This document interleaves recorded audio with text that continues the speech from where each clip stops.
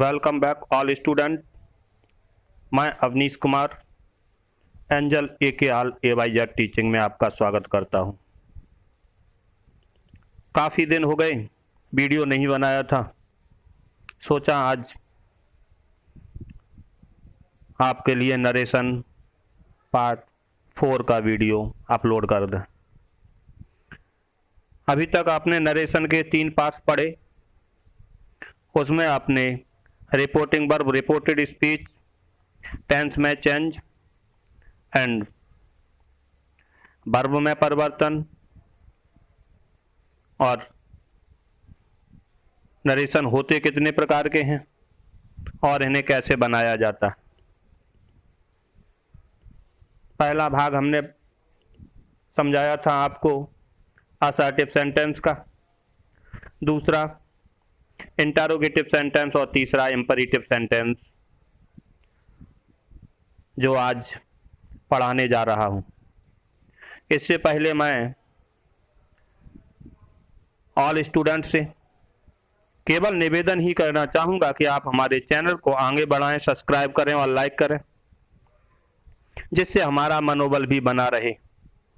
आप लोग लाइक नहीं करते हैं तो मनोबल कहीं ना कहीं वीक हो ही जाता है, और जब मनोबल वीक हो जाएगा तो वीडियो बनाने में उतनी दिलचस्पी नहीं रहती है। इसलिए आप सभी से कहेंगे कि हमारे चैनल को लाइक और सब्सक्राइब करें। आप इसे पूरा देखें। हाँ, अधिक समझ में नहीं तो थोड़ा बहुत तो समझ में आएगा ही। तो आज का वीडियो इंपरेटिव सेंटेंस होता है। सबसे पहले तो आप ये देख लो, किसी भी कार्य को करने के लिए अचानक से बोल दिया जाए, ये आपका देसी फॉर्मूला है। कोई भी कार्य हो और कोई भी सज्जन आपको अचानक से बोल रहा है तो 100% वह इंपरेटिव सेंटेंस ही होगा। आप कमरे के अंदर हो, बड़े भाई ने कहा दरवाजा खोलो, open the door. Imperative sentence, दरवाजा बंद करो, shut the door. Imperative sentence, इधर आओ। इंपरेटिव सेंटेंस, बैठ जाओ। इंपरेटिव सेंटेंस, चाय ग्रहण करो। इंपरेटिव सेंटेंस, मत जाओ। Imperative sentence. कोई भी कार्य को अचानक से कहा जाए तो ये इंपरेटिव सेंटेंस होता है। अब हम पहचान कैसे करेंगे, आइडेंटिफाई कैसे करेंगे कि इंपरेटिव सेंटेंस होता क्या है। तो इंपरेटिव सेंटेंस में आज्ञा, निवेदन, परामर्श, प्रार्थना, धमकी, विश्वास, दिलासा, अधिकार आदि शब्द प्रकट होते हैं। परामर्श होगा, प्रार्थना भी होगी, धमकी होगी, विश्वास होगा, दिलासा प्रकट करने वाले वाक्य होंगे और अधिकार प्रकट करने वाले भी वाक्य होंगे। रिपोर्टिंग वर्ब के सैड को भाव के अनुसार चेंज किया जाता है। यदि आपका भाव आदेश देने वाला है तो ऑर्डर्ड या कमांडेड लगा देते हैं। अब समस्या है कि ऑर्डर्ड कहां लगाएंगे, कमांडेड कहां लगाएंगे। किसी को भी आदेश दिया जाए, आप सैड के स्थान पर ऑर्डर लगाते हैं। लेकिन यदि कड़ा आदेश दिया जाए तब हम कमांडेड का यूज करते हैं। निवेदन प्रकट करने के लिए रिक्वेस्टेड का यूज करते हैं और सलाह देने वाले वाक्यों में एडवाइज या अर्ज्ड लगाते हैं। आशा करते हैं कि आप सभी समझ गए होंगे। आदेश देने वाले वाक्यों में ऑर्डर्ड, निवेदन प्रकट करने के लिए रिक्वेस्टेड और सलाह देने वाले वाक्यों में एडवाइज लगाते हैं। एग्जाम्पल सॉल्व कैसे करेंगे देखिए सब। The doctor said comma inverted comma walk in the morning. Doctor ने सलाह दी कि सुबह टहला करो, वॉक इन द मॉर्निंग, सुबह टहलो। तो अभी सलाह देने वाली वाक्य, अब यह सलाह देने वाली बात है तो सैड के स्थान पर हम एडवाइस का यूज करेंगे। सेंटेंस बनेगा द डॉक्टर एडवाइज और कॉमा के स्थान पर हम टू लगाएंगे, to walk in the morning. Indirect हुआ हमारा the doctor advise to walk in the morning. Next sentence है the captain said to the soldier. यहां पर भी आदेश देने वाली बात, कैप्टन सैनिक को आदेश ही देगा। ले डाउन द गन। अब यहां पर कैप्टन ने कड़ा आदेश दिया।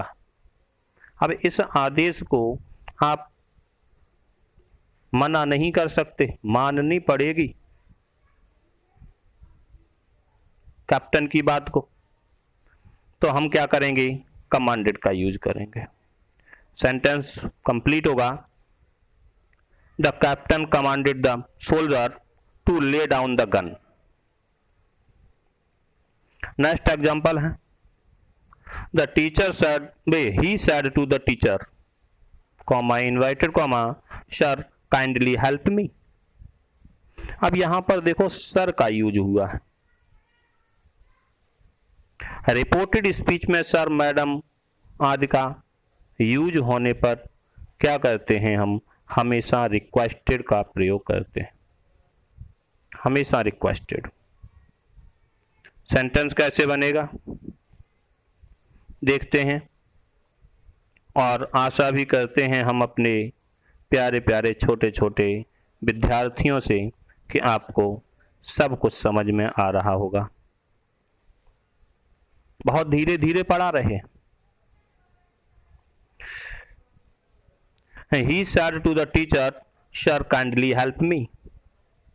इनडायरेक्ट हुआ इसका, He requested the teacher to help him। अब वही बात कि him कहाँ से आ गई, तो हम पिछले वीडियो में आपको समझा चुके हैं कि सेंटेंस को पर्सन के अनुसार चेंज कर देते हैं।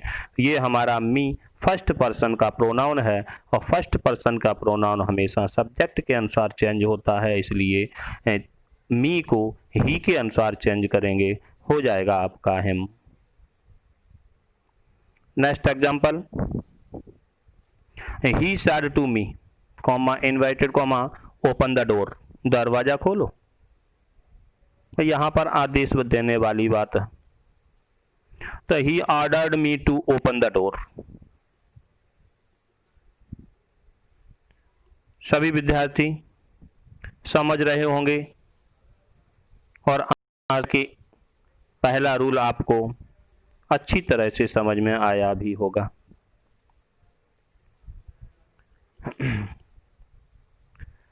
नेक्स्ट रूल है, यदि रिपोर्टेड स्पीच में सर मैडम आदि लगे तो ऐसी स्थिति में सर या मैडम को हटा दिया जाता और कॉमास के स्थान पर टू का प्रयोग करके सेंटेंस को बना देते। एग्जाम्पल है आपका, he said to Pankaj comma inverted comma sit down, बैठ जाओ।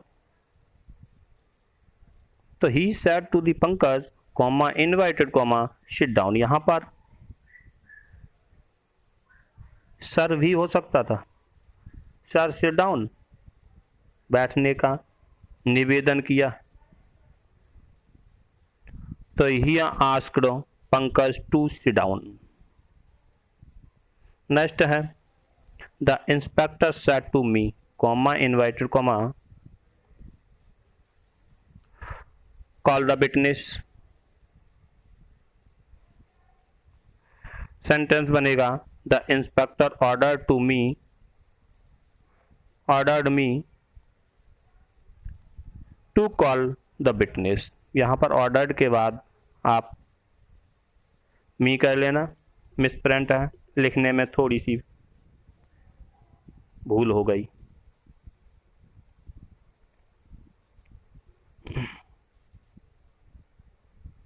Next, he said to me comma inverted comma please help me. निवेदन है, सेंटेंस बनेगा he requested me to help him. Me को ही के अनुसार चेंज करेंगे, हो जाएगा आपका हिम। नेक्स्ट रूल, यदि रिपोर्टेड स्पीच का इंपैरेटिव सेंटेंस नेगेटिव है, नकारात्मक है, तो डू नॉट को हटा दिया जाता है और टू से पहले नॉट का यूज कर देते हैं। सेंटेंस एग्जांपल में, the teacher said to the boy comma inverted comma don't abuse anyone. अध्यापक ने कहा एक लड़के से कि किसी को गालियां मत दो। सेंटेंस बनेगा आपका the teacher order to the boy. यहां पर टू नहीं है, बहुत मिसप्रिंट हो गई। The teacher ordered the boys not to abuse anyone. Next example, the teacher said to the student never waste your time. अपना समय बर्बाद मत करो।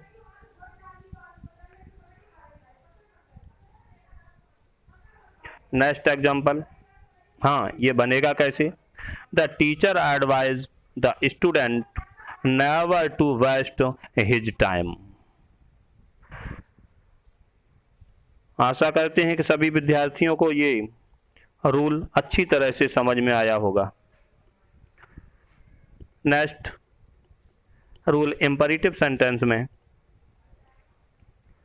लेट से आरंभ होने वाले वाक्यों में प्रस्ताव का बोध होता है तथा लेट के साथ अस का भी प्रयोग किया जाता है। ऐसे वाक्यों की इनडायरेक्ट बनाते समय रिपोर्टिंग वर्ब को प्रपोज्ड या सजेस्टेड में बदल देते हैं और कॉमाज के स्थान पर हम दैट का यूज करते हैं। अस या बी को, यानी कि अस को बी या दे में बदल दिया जाता है और पूरी रिपोर्टेड स्पीच को टेंस तथा पर्सन के अनुसार चेंज कर देते हैं। एग्जाम्पल है, Hari said comma inverted comma let us play a match. Hari said comma inverted comma let us play a match. तो कहा था, सैड के स्थान पर प्रपोज्ड या सजेस्टेड, कॉमास के स्थान पर दैट और अस को दे या बी में चेंज कर देते हैं। सेंटेंस हुआ आपका Hari proposed that they should play a match. Next example, Mohan said to his friend comma inverted comma let us go out for a walk. Sentence indirect हुआ इसका, Mohan proposed his friend that they should go out for a walk. Next example, I said to my friend, comma invited, comma let us go to some holy place. तो sentence बनेगा I proposed my friend that we should go to some holy place. यहाँ we के स्थान पर आप दे भी लगा सकते हैं और आप बी का भी प्रयोग कर सकते हैं। आशा करते हैं कि ऑल विद्यार्थियों को ये अच्छी तरह से समझ में आया होगा और सभी विद्यार्थियों वीडियो को पूरा देखें जिससे कुछ समझ में आए। आज हमने इम्परेटिव सेंटेंस पढ़ाया। इम्परेटिव सेंटेंस होता क्या है? इसमें आज्ञा, निवेदन, परामर्श, प्रार्थना, धमकी, विश्वास, अधिकार आदि शब्द प्रकट होते हैं। इनडायरेक्ट बनाते समय क्या करते हैं? आदेश देने के लिए ऑर्डर या कमांडेड, निवेदन के लिए रिक्वेस्टेड, सलाह देने के लिए एडवाइस लगाते हैं। नेक्स्ट रूल था, यदि रिपोर्टेड स्पीच सर या मैडम, प्लीज़ आदि से स्टार्ट है तो सर मैडम को हटा देते हैं और कॉमास के स्थान पर टू का यूज करते हैं। नेक्स्ट रूल था, यदि इम्परेटिव सेंटेंस नेगेटिव है, नकारात्मक है, तो डू नॉट को हटा दिया जाता है और टू से पहले आप नॉट का यूज करते हैं। नेक्स्ट रूल था आपका, लेट से आरंभ होने वाले वाक्य हमेशा प्रस्ताव का बोध कराते हैं और लेट के साथ अस भी जुड़ा होता है। ऐसे वाक्यों की इनडायरेक्ट बनाते समय सैड के स्थान पर प्रपोज्ड या सजेस्टेड लगा देते हैं और कॉमास के स्थान पर दैट का प्रयोग करके अस को बी या दे में बदल दिया जाता है। पूरा वीडियो देखने के लिए ऑल विद्यार्थी को, ऑल स्टूडेंट को धन्यवाद। आशा करते हैं कि आपको इस वीडियो में अच्छी तरह से समझ में आया होगा।